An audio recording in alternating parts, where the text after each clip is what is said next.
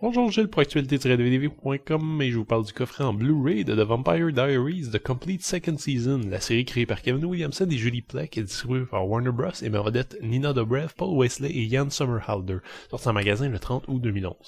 L'histoire reprend exactement là où la saison 1 nous avait laissé. Le village de Mystic Falls peine à se relever de l'étrange cataclysme surnaturel tombé sur les vampires qui l'habitaient. La maléfique Catherine continue à harceler Elena et ses deux prétendants, les ténébreux Stefan et Damon, mais bien vite, un nouvel ennemi fait surface. Pendant que Bonnie et Caroline essaient de s'habituer à leur nouveau pouvoir, un mystérieux et ancien vampire, au pouvoir impressionnant, fait preuve d'un grand intérêt pour Elena. Les deux frères Salvatore parviendront-ils à la protéger? Lors de ma critique sur la première saison, j'avais mentionné que Vampire Diaries était vraiment pas le genre de série qui m'attirait de prime abord. Sorti au beau milieu de la folie de Twilight, j'avais vraiment l'impression que c'était juste un produit sans âme et sans saveur, destiné à faire un peu de pognon sur le dos des adaptations à succès de Stephanie Myers. Et bien, même si le résultat final était effectivement un truc bien commercial, financé à des fins purement mercantiles, force était d'admettre que Vampire Diaries ne manquait pas de panache, de style et de rythme. La deuxième saison gagnera pas de nouveaux spectateurs, je pense, mais les amateurs conquis par la première saison se retrouveront en territoire familier. Chaque épisode de la deuxième saison recèle son lot d'interactions sentimentales échevelées et de coups de théâtre, parfois en abusant de ses effets jusqu'à ce que l'élastique soit prêt à claquer. Effectivement, rendu vers la fin de la saison, si je mettais de côté un 25 sous à chaque fois qu'un personnage en trahit un autre, j'aurais assez d'argent maintenant pour pouvoir m'acheter moi-même une véritable pierre de lune magique ou une bague anti-soleil. Bref, rien de très fin ou de très subtil ici, nos héros préférés se tirent dessus dans toutes les directions, se balancent des sarcasmes à la tête et changent de camp d'un épisode à l'autre, jusqu'à ce qu'on sache plus vraiment qui est avec qui fait quoi. Ça devient tellement intense qu'à un certain degré, on n'a plus vraiment l'impression de suivre un vrai scénario, mais plutôt un ensemble de prétextes et d'excuses que les scénaristes ont trouvés pour accumuler le maximum de punch et de revirements de situation possible.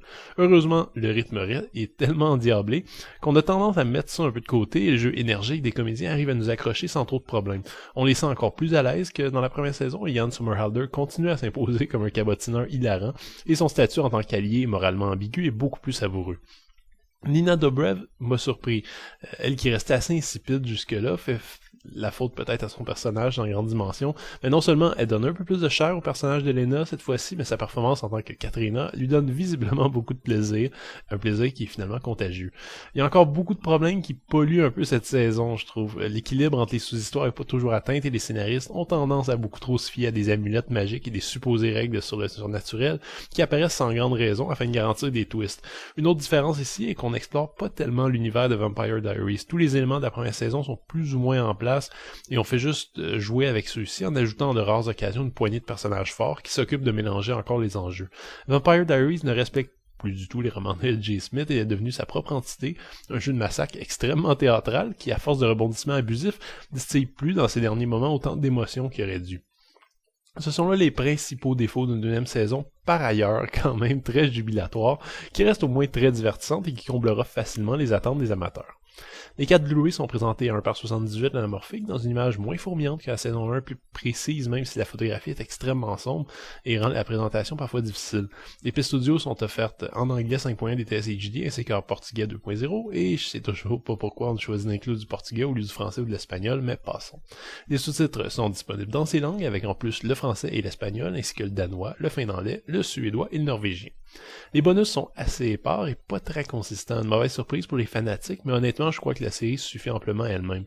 On retrouve une piste de commentaires de Kevin Williamson et Julie Plec sur l'épisode Masquerade, qui ne se concentre pas seulement sur l'épisode, mais bien sur toute la saison. On trouve 3 petites featurettes sur différents aspects de la série, une série d'entrevues qui tentent de démêler les nombres liens des personnages, une featurette qui sur le double rôle qu'a à jouer Nina Dobrev, une série de scènes supprimées éparpillées en des épisodes et finalement une série de sympathiques bloopers.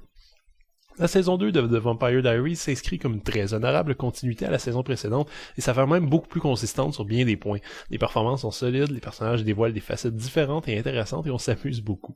L'aspect très ludique qui vient avec la surabondance de coups de théâtre rend parfois difficile de s'attacher à la série à un niveau plus émotif et le tout donne souvent l'impression d'être un grand jeu plutôt qu'une véritable saga surnaturelle. Gardez ça en tête quand vous écouterez ces nouvelles aventures d'Elena, Stefan et Damon. C'était Gilles, merci, bon visionnement.